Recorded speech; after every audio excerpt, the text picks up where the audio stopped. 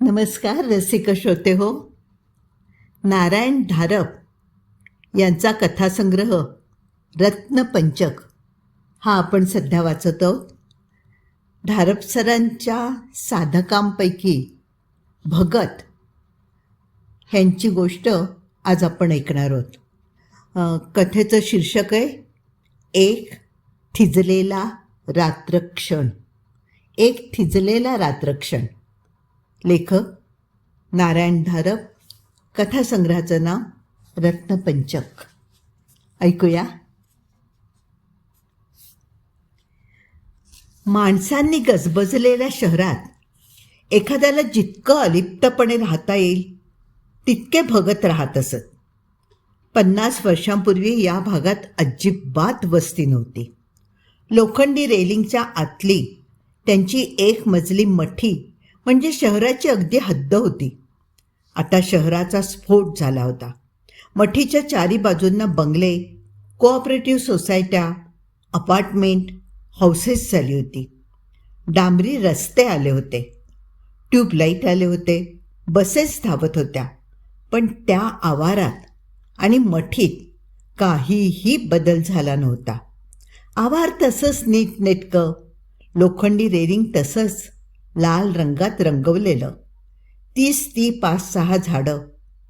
मठी तशीच स्वच्छ, पांढरी, नीट शाकारलेली. 1-2 अतिउत्साही प्रमोटर जागेला ऑफर द्यायला आत गेलेही होते. भगतनी त्यांना शांत पण ठाम नकार दिला होता. आधी त्यांच्याकडे कामाला भीमा होती. ती थकल्यावर तिची मुलगी रखमा कामाला आली होती. ती 10च्या सुमाराला यायची. धुणी, भांडी, स्वयंपाक, झाडलोट सगळं करून जायची. दूधवाला, पेपरवाला, पोस्टमन, किराणावाला आणि रखमा एवढेच लोक त्या आवारात प्रवेश करीत असत. तसा आत कोणाला मज्जाव नव्हता. पण भगतांचा बाहेरच्या जगाशी संबंध इतका कमी होता की कोणाचं त्यांच्याकडे काही काम निघण्याची शक्यताच फार कमी होती. पण त्या दिवशी सकाळी हातात आलेलं पत्र वाचता वाचता भगतांच्या कपाळावर आठ्या आल्या होत्या. ज्या बाह्य जगापासून ते अलिप्त राहू पाहत होते तेच बाह्य जग आता त्यांच्या एकांतावर आक्रमण करीत होतं. पत्र सुलोचनाचं होतं. सुलोचना त्यांची खूप दूरची पुतणी लागत होती. बारसं, मुंज, वास्तुशांती अशा महत्त्वाच्या प्रसंगी त्यांना तिचं आमंत्रण येई व जागचे न हलता शुभेच्छेची तार पाठवून ते आपलं कर्तव्य बजावत असत. एखाद्या वेळी सुलोचना त्यांच्याकडे आली की जरा रागाने म्हणायची सुद्धा, काका एवढं गावातल्या गावात काय तार पाठवता हो, काय झालं प्रत्यक्ष आलात तर. त्यावर भगत जरा हसून म्हणायचे, सुले तुला माहिती आहे मी माझ्या घराबाहेरचा पाण्याचा घोटसुद्धा घेत नाही. खाणं पिणं तर सोडूनच दे. तिथे येऊन आशीर्वाद दिला काय किंवा शुभेच्छेची तार पाठवली काय काय फरक पडतोय खाण्यापिण्यासंबंधी भगत म्हणत होते ते खरं होतं. पण अशा मंगल कार्यांना न जाण्याचं खास असं आणखीन कारण होतं. तिथे काही सत्यनारायण असला, काही पूजा असली किंवा काही विधी वगैरे असला तर भगतांना तिथल्या देवांना नमस्कार करायची वेळ आली असती आणि तेही त्यांना वर्ज्य होतं. त्यांची दैवतं होती पण ती वेगळी होती, अति कडक होती. अशी प्रतारणा सहन करणारी नव्हती. बाहेरच्या व्हरांड्यात बसून भगतनी पत्र फोडलं आणि ते वाचायला घेतलं. ते जसे वाचायला लागले तशा त्यांच्या कपाळावर जास्त जास्त आठ्या पडायला लागल्या. चेहरा जास्त जास्त कठोर व्हायला लागला. पत्रात सुलोचनाने लिहिलं होतं की तिचा नवरा नोकरी सोडून घरी बसला आहे. मित्रांच्या नादाने नाना व्यसनांच्या आहारी गेला आहे. खर्चाला पैसे तर देत नाहीच, तिचाच एक एक दागिना मोडत चालला आहे. काही बोललं तर वर शिव्या आहेतच. काका तुम्ही तरी एकदा इकडे येऊन यांना काहीतरी सांगून बघा ना. मला तर अगदी वेळ लागायची पाळी आली आहे. तिने शेवटी कळवळून लिहिलं होतं. भगतने पत्राची घडी केली. ती तशीच मांडीवर ठेवली आणि पत्रावर बोट आपटीत डोळे मिटून ते बराच वेळ स्वतःशीच विचार करीत बसले. भगत सुलोचनाच्या नवऱ्याला गोविंदरावला आतापर्यंत जास्तीत जास्त 3दाच भेटले असतील. आता त्यांना त्याचा चेहराही धड आठवत नव्हता. पण त्यांचं मत त्या माणसाबद्दल फारसं चांगलं नव्हतं. काही माणसांच्या मनाचे कच्चे धागे तेव्हाच दिसतात. तो व्यसनाला बळी पडला याचं त्यांना विशेष नवल वाटलं नव्हतं. पण तो आता सुलोचनाला त्रास देत होता, त्याचा मात्र त्यांना राग आला होता. त्याची भेट घ्यायलाच हवी होती. विशेषतः आता सुलोचना आधारासाठी त्यांच्याकडे वळल्यावर आता तर त्यांना ती भेट टाळणं अशक्यच झालं होतं. एक मोठा सुस्कारा सोडून ते उठले. बैठ्या जोडघरांच्या गव्हर्मेंट कॉलनीत सुलोचनाचं घर होतं. भगत तिथे पोहोचले तेव्हा सकाळचा 10चा सुमार झाला होता. गोविंदराव कामाला जात नव्हता तेव्हा तो घरीच असणार अशी त्यांची अटकळ होती आणि ती खरी ठरली. पण भगतांना पाहताच गोविंदरावच्या कपाळावर मात्र नाराजीच्या आठ्या आल्या. घंटेचा आवाज ऐकून त्याच्या मागोमाग सुलोचनाही बाहेरच्या खोलीत आली होती. ती मात्र "अगं बाई, आलात का काका?" म्हणत पुढे आली. भगत काही न बोलता खोलीत आले आणि त्यांनी स्वतःच एक खुर्ची घेतली. "गोविंदराव, बसा," भगत म्हणाले. फालतू गोष्टींवर वेळ न घालवता एकदम मुद्द्यालाच हात घालायचं त्यांनी योजलं होतं. शिष्टाचार दाखवण्याच्या लायकीचा गोविंदराव हा इसमच नव्हता. "मला सुलीचं पत्र आलं आहे आणि म्हणूनच मी आज तुमची गाठ घ्यायला आलो आहे." गोविंदराव त्यांच्याकडे मग्रूरपणे पाहत तसाच उभा राहिला होता. "सुली लिहिते की तुम्ही हल्ली कामावर जात नाही. ती आणखीन लिहिते की नको त्या लोकांच्या संगतीत राहून तुम्ही पैसे उधळत असता. तिचे काही दागिने म्हणे तुम्ही मोडून विकले आहेत. मी तुम्हाला यापैकी कशाचाही जाब विचारायला आलेलो नाही. सुलीचा एकुलता एक वडील नातेवाईक या दृष्टीने मी तुम्हाला काही सल्ला द्यायला आलो आहे. ती तुमची लग्नाची पत्नी आहे. तिचं व्यवस्थित पालनपोषण करणं, तिला सुखात ठेवणं हे तुमचं प्रथम कर्तव्य आहे. त्यात तुम्ही चुकता आहात. माझा सल्ला असा आहे की तुम्ही आपल्या वागण्यात बदल करा. धर्मपत्नीने असं दुःखी, दुश्चित, असमाधानी असणं चांगलं नाही." काही वेळ खोली शांतता होती. मग गोविंदराव उपहासाने हेटाळणीच्या आवाजात म्हणाला, "आणि सासरेबुवा, आमच्या नवरा बायकोच्या तंट्यात लुडबुड करायला तुम्हाला कोणी सांगितलं होतं? एकदा तिचं लग्न माझ्याशी लावून दिलं तेव्हा तुमचा आणि तिचा संबंध संपला. आता माझ्या घरात मी कसं वागावं हा माझा प्रश्न आहे." भगत अजूनही त्या थंड न चढलेल्या आवाजात म्हणाले, "गोविंदराव, संबंध रक्ताचे आहेत. ते कधी तुटतील का? ती सुखी आहे की दुःखी आहे हे मला पाहायला नको?" गोविंदराव मोठमोठ्याने हसत म्हणाला, "तिची एवढी काळजी आहे तर द्या की तुमच्या इस्टेटीतले 5-50 हजार तिला. नाहीतरी सडेफटिंगच आहात. तुमच्यावर तिच्याकडे यायचं आहे ना. तुमच्यानंतर सगळं तिच्याकडे जायचं आहे. सगळं नुसत्या तुमच्या त्या जागेचेच 2-3 लाख येतील.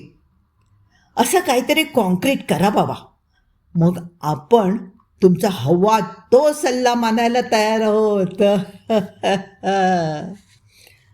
भगत काही वेळ गप्प बसले. मग ते खुर्चीवरून उठले. त्यांच्या फिक्कट गालावर 2 लालसर ठिपके आले होते. गोविंदरावांच्या शब्दांचा असला ते इतकाच परिणाम होता. दुसरा काही दिसत नव्हता. मी आता जातो, ते त्यास थंड पण आता जरा धारदार झालेल्या आवाजात म्हणाले. सुलीने पत्रात लिहिलं होतं की इथे येऊन त्यांना 4 शब्द सांगून पहा. म्हणून आलो. मी सहसा कोणाला विनंती करीत नाही, पण गोविंदराव, सुलीसाठी तुम्हाला विनंती करतो. माझा सल्ला घ्या, तिला सुखी करा. ते सुलोचनाकडे वळून म्हणाले, सुले, मी जातो हं. सगळं काही ठीक होईल. आणि मग दाराबाहेर येऊन 2 पायऱ्या चटाचट उतरून अंगण ओलांडून ते रस्त्यावर आले. सुलीला त्यांनी धीर दिला होता खरा, पण त्यांच्या मनावर वैफल्याचा बोजा होता. सगळं ठीक होणार नाही हे त्यांना समजलं होतं. भगत मठीवर परत आले तेव्हा सर्व काम आटोपून रखमा निघायच्या तयारीतच होती. भगत रखमाशी अगदी आवश्यकता भासल्याखेरीज एक शब्दही बोलत नसत आणि कधी बोललेच तर तेही अगदी साध्या आवाजात बोलत असत. तसे ते शरीराने काही धिप्पाड नव्हते. त्यांचा चेहरा काही उग्र नव्हता, पण रखमा त्यांना अतिशय घाबरून असे. ते दारापाशी येताच रखमा चड्डीशी बाजूने बाहेर पडली आणि चटाचटा निघून गेली. स्वतःशी हसत भगतने आपल्या मागे व्हरांड्याचं दार लावून घेतलं. मठी एकमजलीच होती. व्हरांड्यातून आतल्या 3 खोल्यांना दारं उघडत होती. त्यांच्याही मागे आणखीन 3 खोल्या होत्या आणि मग मागे व्हरांडा होता. मागच्या बाजूची मधली खोली सदैव कुलूप बंद असे. ती आता भगतने उघडली. या खोलीत त्यांच्याखेरीज कोणालाही प्रवेश नव्हता. बेसिनपाशी हात तोंड धुताना व चेहरा पुसताना त्यांची नजर समोरच्या आरशाकडे गेली. आरशातून त्यांच्याकडे पाहणारा चेहरा गौरवर्णी उभट होता. 70चं वय दिसत होतं, पण ते डोळ्यांभोवतालच्या बारीक रेषांच्या जाळ्यात, चेहऱ्यावरच्या किंचित सैल झालेल्या त्वचेत, कपाळावरून मागे गेलेल्या केसांच्या रेषेत, डोळे स्वच्छ, टपोरे, नितळ, तीक्ष्ण धारदार होते. स्वतःच्या झोपायच्या खोलीत जाऊन भगतने कपड्यांचं कपाट उघडलं. त्यातून कफनी वजा पांढरा शुभ्र अंगरखा आणि तसल्याच कापडाचा चुणीदार लेहंगा काढला. कपडे बदलून मग त्यांनी मागच्या खोलीचं कुलूप उघडलं व आत प्रवेश केला. भिंतीवरचं बटन दाबताच आत लख्ख प्रकाश झाला.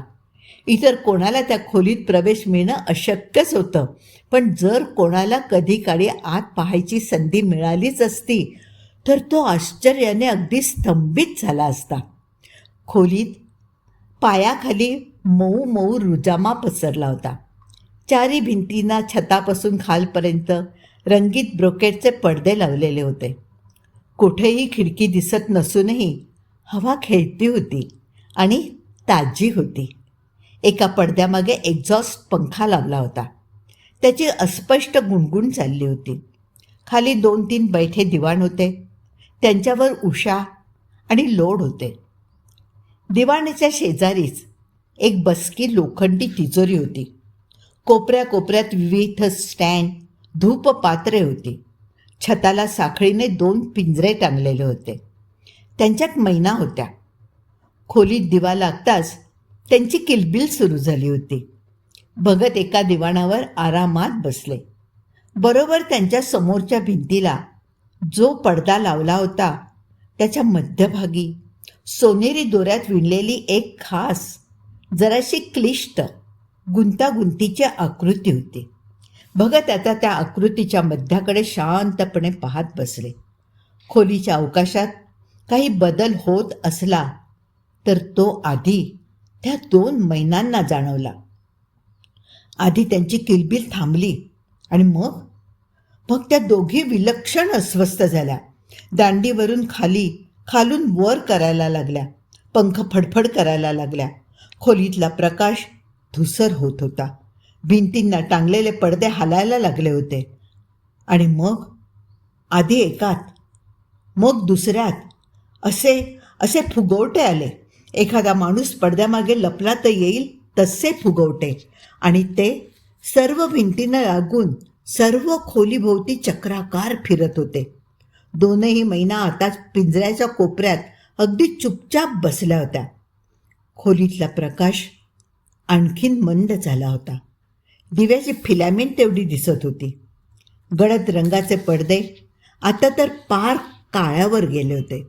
चारी भिंतींपाशी काळोख होता. सावल्या जमा झाल्या होत्या. आता पडद्याबाहेरून कोणीतरी खोलीच्या भिंती जवळून फिरत होतं. काय? शेवटी एक अगदी घोगरा खर्जातला आवाज आला. काही नाही. भगतने हाताने जाण्याची खूण केली. खोलीतला प्रकाश पूर्ववत झाला. भगतांच्या रोजच्या अनेक साधनांपैकी ही एक होती. आता बराच वेळ ते होते तसेच बसून राहिले. कपाळाच्या कडेवर घामाचा बारीक थर चमकत होता. पण आतून त्यांना केवढी शक्ती वापरावी लागली होती ह्याची त्यावरून काहीच कल्पना आली नसती. सुमारे अर्ध्या तासाने त्यांचं शरीर परत पूर्व ठिकाणी आलं. आणि मग मग पुढची साधना. भगत जुनी गोष्ट आहे. तेव्हा ते भगत नव्हते. तेव्हा वयाच्या 19व्या वर्षी स्वतःचा जीव देण्याच्या तिरमिरीत पुलाच्या कठड्यावर उभे होते. खाली तपकिरी लाल पाणी फेसाळत होतं, बोलावत होतं. पण त्यापेक्षाही प्रभावी अशी आणखीन एक हाक आली होती. हाक आणि आज्ञा जी मोडणं केवळ अशक्य होतं. थांब, खाली उतर. ते खाली उतरले. 60च्या सुमाराचा एक वृद्ध त्यांच्याकडे येत होता. शरीराने मध्यम बांध्याचा, साध्या वेशातला. पण तो जवळ पोहोचला तेव्हा त्याचे गिरमिटासारखे 2 डोळे त्यांच्या अंतरंगाचा वेध घ्यायला लागले. हा मूर्खपणा का करीत होतास? मला मला मी मी भगत. हे तेव्हा ते भगत नव्हते. तर भगत अडखळले, गप्प बसले. जीव देण्या इतकं आयुष्य नकोसं झालंय. जीवनातलं अपयश, अवहेलना, मानहानी, एकाकीपणा, कोंडमारा, सगळं काही भडाभडा बाहेर आलं. एकदा बांध फुटताच मागे साचलेल्या भावना धडपडणाऱ्या प्रवाहाने उसळत बाहेर आल्या. आता तुझं सांत्वन करून, समजूत काढून मी तुला परत पाठवला तरी पुन्हा तू असलं काहीतरी अविचारी कृत्य करणारच. ते हलकेच स्वतःशी बोलत होते. मग एकदम मोठ्याने म्हणाले, तुला तुला हा जन्म नकोसा झालाय, हो ना? हे आयुष्य जगणं अशक्य झालंय ना? हो हो, भगत कळवळून म्हणाले. तथास्तु. एकच शब्द, पण त्या क्षणी भगतांची शुद्ध जी हरपली होती ती एकदम ते या मठीत आल्यावर परत आली. आपलं नाव, गाव, ठिकाण, नातेवाईक सर्व काही ते पार विसरले होते. त्या वृद्धाने त्यांना सांगितलं, तुझं नाव भगत. आता त्याला 50 वर्ष होऊन गेली होती. गुरुने हाती दिलेला धागा पकडून भगत पुढे पुढे चालले होते. स्वतःला उपलब्ध झालेलं सर्व ज्ञान भगतांच्या स्वाधीन करून त्यांचे गुरु गेले होते. सतत वाचन, परिशीलन, विश्लेषण आणि मग प्रत्यक्ष प्रयोग अशा साधनेच्या पायऱ्या होत्या. गुरूंनी मार्ग दाखवला होता. आचरण भगत करीत होते. गुरुवियोगानंतर 20 वर्षांनी त्यांनी गुरूंशी पुन्हा एकदा संपर्क स्थापन केला. पण तो 1 क्षणही टिकला नव्हता. एक दाहक विजेसारखा लखलखता विचार त्यांच्या मनात चमकून गेला होता. हे निषिद्ध आहे, निषिद्ध आहे. भगतने पुन्हा ते केलं नव्हतं. स्वतःच्या सामर्थ्याची प्रचिती पाहण्यासाठीच फक्त त्यांनी तो प्रयोग एकदाच केला होता. अजून किती प्रगती आवश्यक होती याचा अंदाज घेण्याचा तो एकमेव मार्ग होता. त्यांनी मनाशी अंदाज बांधला. बाह्य जगातील बदल, चालीरीती, धर्म, पंथ, भेद, तत्त्वज्ञान, लोकरूढी यांच्याशी भगतांना कर्तव्य नव्हतं. त्या सर्वांपासून ते संपूर्ण अलिप्त होते. पण वागण्यात कोणताही विक्षिप्तपणा नव्हता. लोक आपल्याला एक संकोची, निरुपद्रवी, भाबडा जीव समजतात हे त्यांना माहिती होतं आणि तेच तर त्यांना हवं होतं. आणि आता सुलीचा हा व्यत्यय. जवळच्याच एका बंगल्यातले गृहस्थ अचानकपणे वारल्यावर त्यांची पत्नी व लहान मुलगी यांची जबाबदारी त्यांनी घेतली होती. त्या लहान मुलीला त्यांनी आपण तिचे दूरचे काका आहोत असं सांगितलं होतं. मुलीचं लग्न होईपर्यंत ती पार पाडली होती आणि आता आपण त्यातून पूर्णपणे मोकळे झालो त्या समाधानात ते होते. तर हे नवीनच त्रांगडं उपस्थित झालं होतं. गोविंदरावला त्यांनी 2 शब्द सांगितले होते. तेवढ्याने भागणार नाही हे त्यांना माहीत होतं. सुलीची आणखीन एखादी तक्रार आल्यावर आणि ती येणारच ह्याची त्यांना खात्री होती. तर तक्रार आल्यावर त्याला लहानसा धडा शिकवायचा असा त्यांचा विचार होता.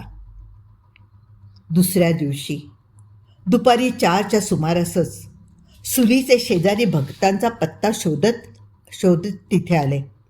त्याच्या चेहऱ्याकडे एक नजर जाताच भगतांच्या काळजात सर्र झालं. सुलीचे शेजारी दारातूनच म्हणाले, काका काका लवकर चला, तिकडे सुलूताई म्हणजे त्यांना जरा बरं नाही आहे. भगत जास्त तपशील विचारण्याच्या फंदात पडले नाहीत. त्याच टॅक्सीने ते सरळ सुलीच्या घरी आले. दारासमोरच ही गर्दी.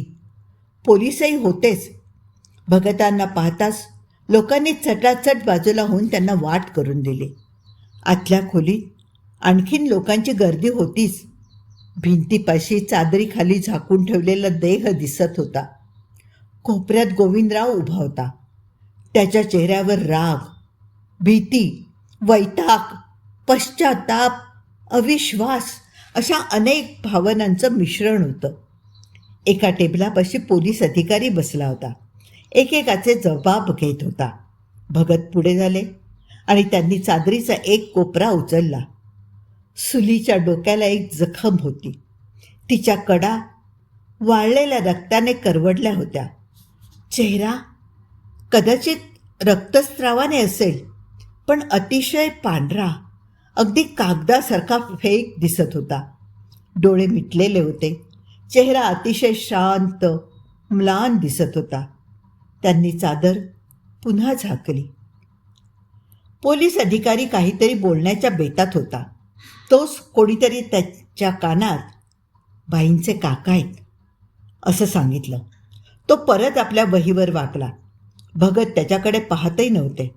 ते गोविंदरावाकडे पाहत होते. त्याला त्यांची नजर जाणवत असली पाहिजे, पण तो त्यांच्याकडे पाहतच नव्हता. शेवटी भगत खोली ओलांडून त्याच्यापाशी गेले आणि त्याच्या हाताला हलकासा स्पर्श करून म्हणाले, जरा आत या. भगताच्या मागोमाग आत येण्यावाचून त्याला इलाज नव्हता. आतल्या खोलीत दुसरं कोणी नव्हतं. भगत हलक्या आवाजात म्हणाले, काय झालं? गोविंदराव अस्वस्थपणे या पायावरून त्या पायावर करीत होता. मी मी मी मी नुसतं तिला दूर ढकललं, नुसतं ढकललं. कपाटाचा कोपरा लागला तिला. नीट सांगा, झटापट कशावरून झाली? ती ती ती ती मला बाहेर जाऊ देत नव्हती, अडवत होती. क्लबमध्ये चालला असाल? हो. घरात करून अगदी उबगलो होतो मी. नोकरी शोधायला बाहेर पडा असं वाटलं नाही? गोविंदराव काहीच बोलला नाही. बरं, मग? मी निघालो. ती मध्ये आली. मी तिला दूर ढकललं. जोराने? असेलही. मला जरा राग आला होता तिचा. पण काका, असला काही विचार नव्हता हो माझ्या मनात. खरोखर खरोखर नव्हता. गोविंदरावाने आता प्रथमच भगतांच्या डोळ्याकडे पाहिलं आणि तो अक्षरशः चळाचळा कापायला लागला. ते मोठे पिंगट डोळे भयानक होते. गोविंदराव, मी तुम्हाला काल विनंती केली होती. मी कोणालाही विनंती करीत नाही. ती केली होती, सुलीसाठी केली होती. वागणं सुधारण्याचा सल्लाही दिला होता ना? ठीक आहे. ते जायला निघाले. गोविंदराव त्यांच्या मागोमाग, काका काका काका ऐका ना, थांबा, माझं ऐका काका, असं म्हणत येत होता. पण ते थांबले नाहीत. पोलीस अधिकाऱ्याच्या टेबलापाशी थांबून त्यांनी आपलं नाव व पत्ता दिला. जरूर पडली तर साक्षी जबाबासाठी कोठेही यायची तयारी दर्शवली आणि मग ते त्या घरातून बाहेर पडले. गर्दीकडे त्यांचं लक्षही नव्हतं. रात्रीचे 10 वाजेपर्यंत भगत त्यांच्या हॉलमध्ये वाचत बसले होते. 10चे टोले पडल्यावर त्यांनी हातातलं पुस्तक मिटलं, कपाटात ठेवलं आणि ते स्नानगृहात गेले. स्नान झाल्यावर शरीर ओलं असतानाच त्यांनी एक विशिष्ट तेल सर्व शरीरभर चोळलं आणि मग अंग पुसून कोरडं केलं. कपाटातून त्यांनी एक लाल भडक पाय घोळ अंगरखा काढला होता. तो आता परिधान केला. त्या अंगरख्याच्या पुढच्या भागावर व सर्व हेमला सोनेरी दोऱ्यात काही आकृती कशिद्याने काढल्या होत्या. काही तारे होते भरीव, काही पंचकोनी पोकळ तारे होते.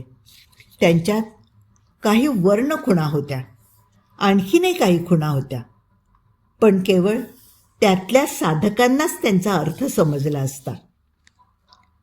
अनवाणी पायांनी ते त्या मागच्या खोलीचं कुलूप काढून त्यात आले. खालचा रुजामा गुंडाळून दिवाणाखाली सरकवला.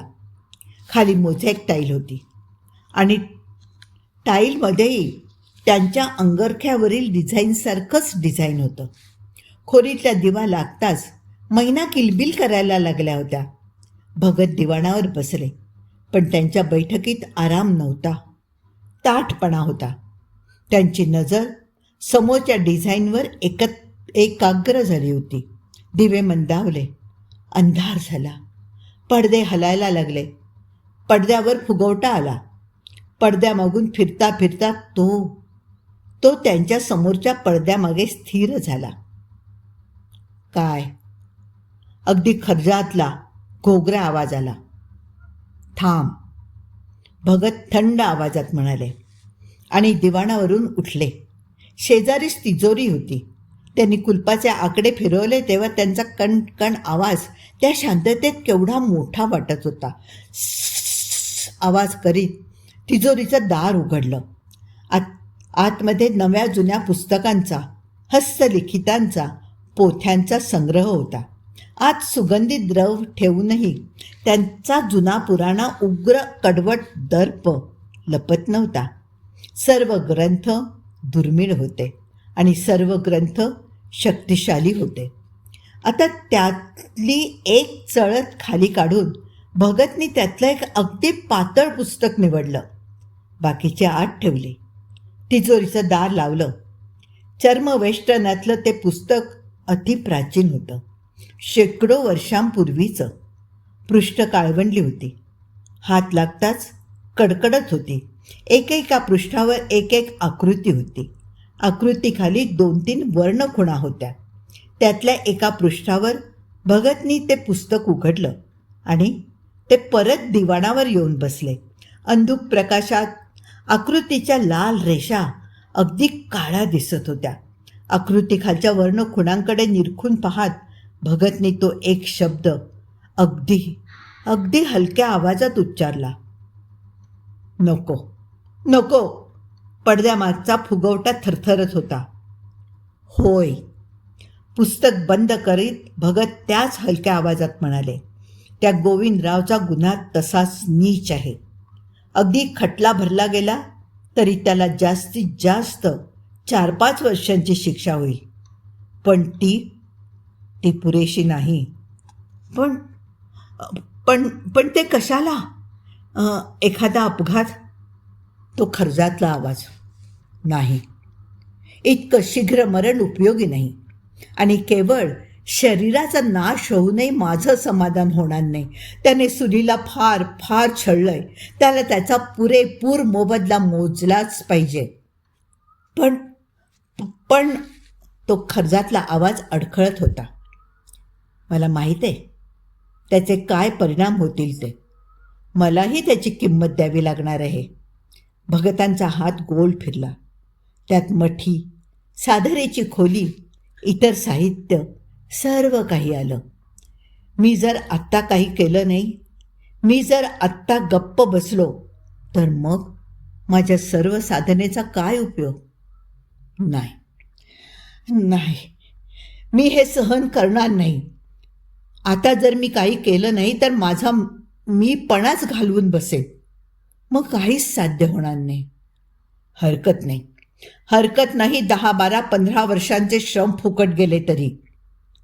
पडद्यामागून आवाज आला नाही, नुसती थरथर. तू मला मदत करणार आहेस की नाही?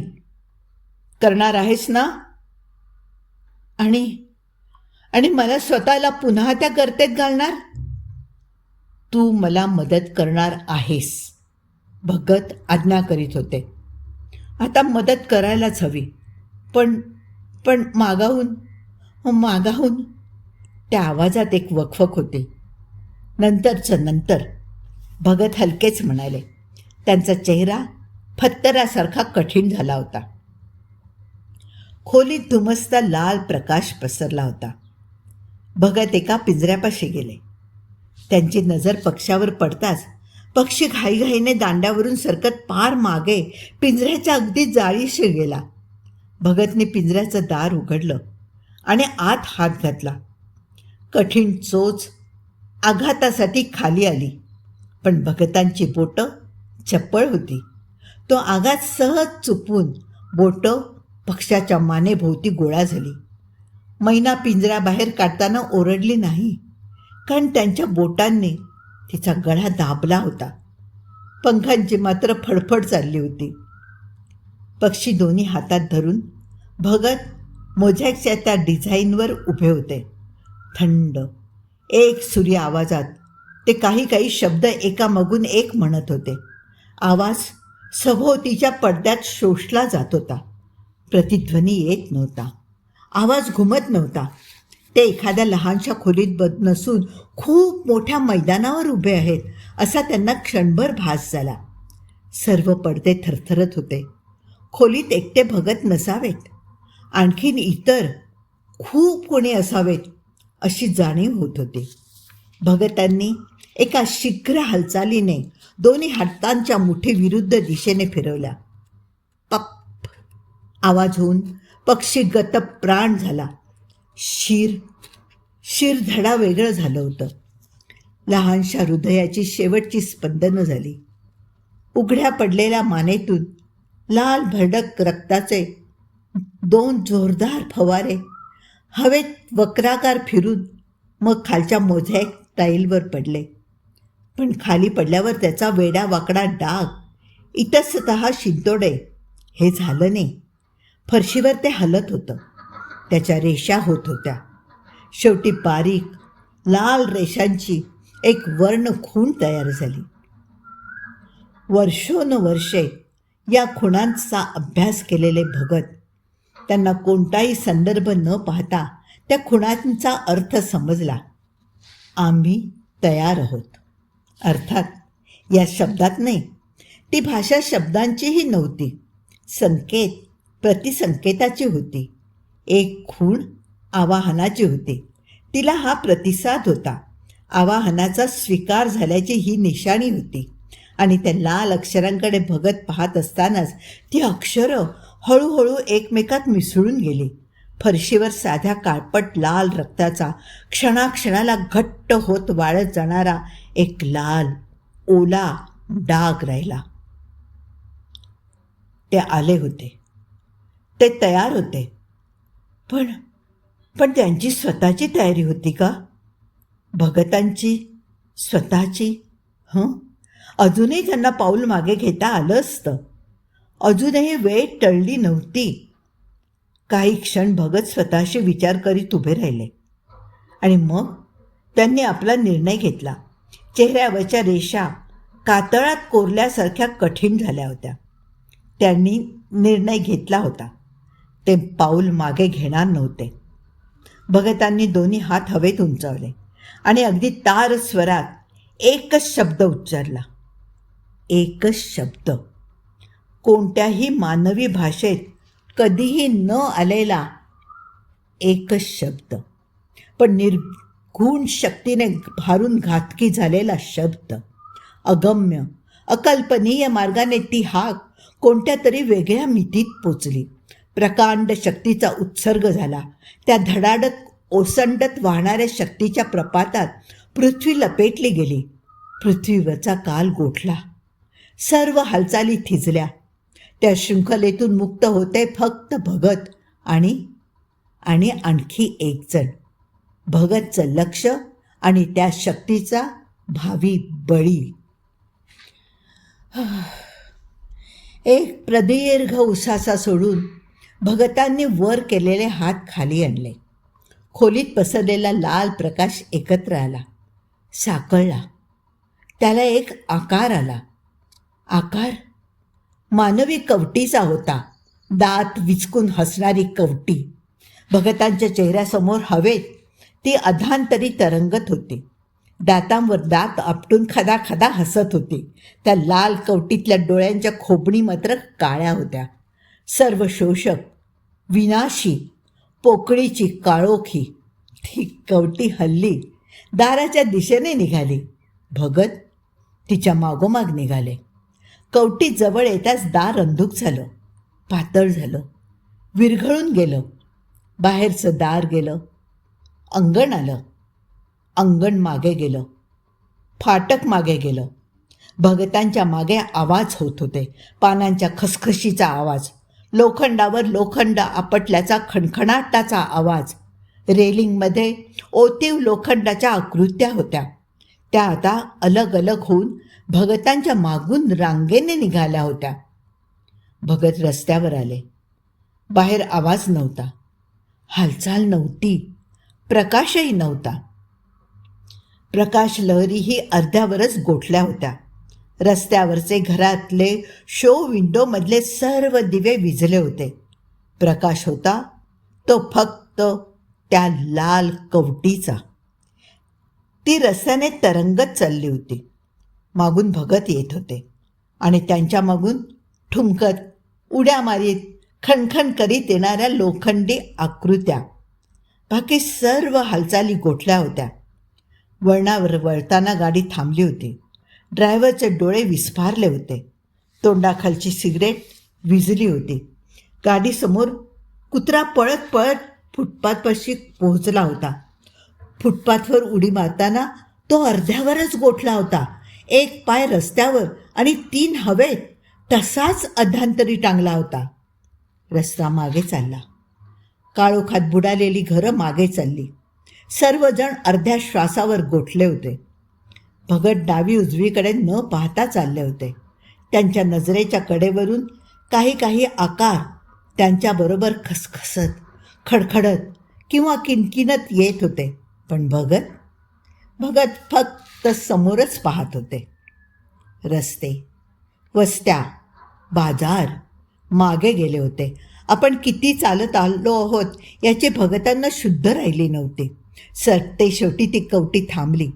सावकाश सावकाश एका छोट्या घराकडे वळली. भगत होते तिथेच रस्त्यात उभे राहिले.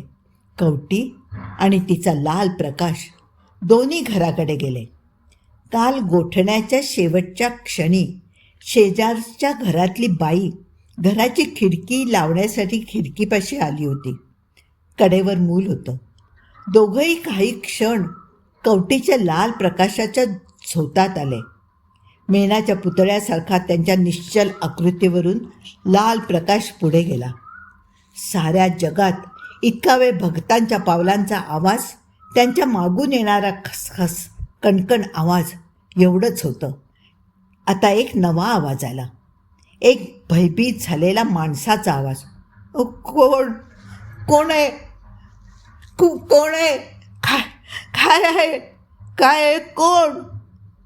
गोविंदरावाचा आवाज. या साऱ्या निष्क्रियतेत तो तेवढा जागा होता. काहीतरी झालं आहे, होत आहे हे त्याला जाणवत होतं, पण काय ते मात्र कळत नव्हतं. घरातल्या घरात तो फेऱ्या मारत असला पाहिजे. आता त्याचा आधी पांढरा पडलेला आणि आता लाल दिसणारा चेहरा खिडकीतून बाहेर पाहत होता. अरे बापरे! तो ओरडला.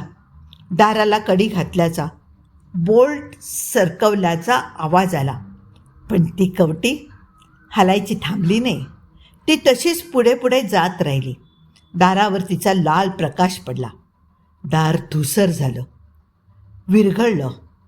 कवटी दारातून आत गेली. त्या लाल प्रकाशाने सारं घर उजळून निघालं. खिडक्यांतून लाल झोत बाहेर ओसंडत होते. आत एक काहीतरी अर्धवट ओरडण्याचा आवाज आला आणि दार धाड दिशे उघडून गोविंदराव धावत धावत अंगणात आला. तो सारखा खांद्यावरून मागे वळून वळून पाहत होता.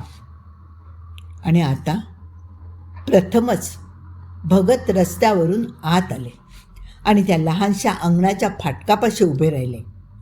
घराच्या दारातून ती कवटी बाहेर आली आणि एक लहानसा स्फोट होऊन नाहीशी झाली. तिचा लाल प्रकाश मात्र मागे राहिला. आता गोविंदरावांचं लक्ष प्रथमच फाटकाकडे गेलं आणि त्याला भगत दिसले. कदाचित कवटी नाहीशी झाल्याने असेल, पण त्याचा पूर्वीचा धीर बराचसा परत आलेला दिसला. कारण 4-5 पावलं पुढे येत तो म्हणाला, काका काका हा काय प्रकार आहे? गोविंदराव पुढे पुढे येत होता. तसा तो लाल प्रकाश आकुंचन पावत होता. फक्त त्या दोघांभोवतीच त्या लाल प्रकाशाचं आवरण होतं. बाहेरच्या अंधारात काहीतरी खसखसत होतं, किणकिणत होतं. आता भगत प्रथमच बोलले. त्यांचा आवाज विलक्षण थकल्यासारखा येत होता.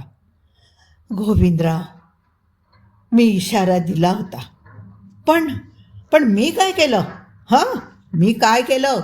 गोविंदराव अजून मग्रुरीने बोलत होता. सुरीच्या मृत्यूला तू जबाबदार आहेस.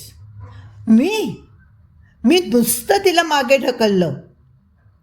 ही लहानशी क्रिया केवळ शेवट होता. तू व्यसनं लावून घेतलीस तेव्हा सुलीच्या आयुष्याचा शेवट सुरू झाला.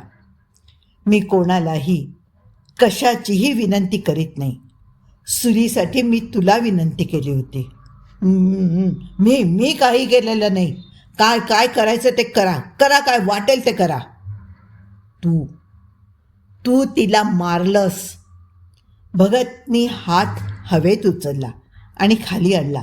सर्वत्र एकदम झगझगीत डोळे दिपवणारा लाल लाल प्रकाश पसरला आणि त्या प्रकाशात समोर काय आलं हे दिसताच गोविंदराव एकदम मागे सरला आणि घराच्या दिशेने धावायला लागला.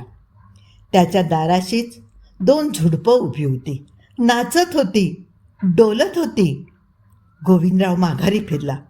सर्व अंगणभर लोखंडी आकृत्या नाचत होत्या.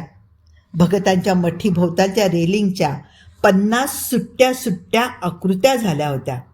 त्यांना त्रिकोणी ओतीव लोखंडाची बिन चेहऱ्याची डोकी होती.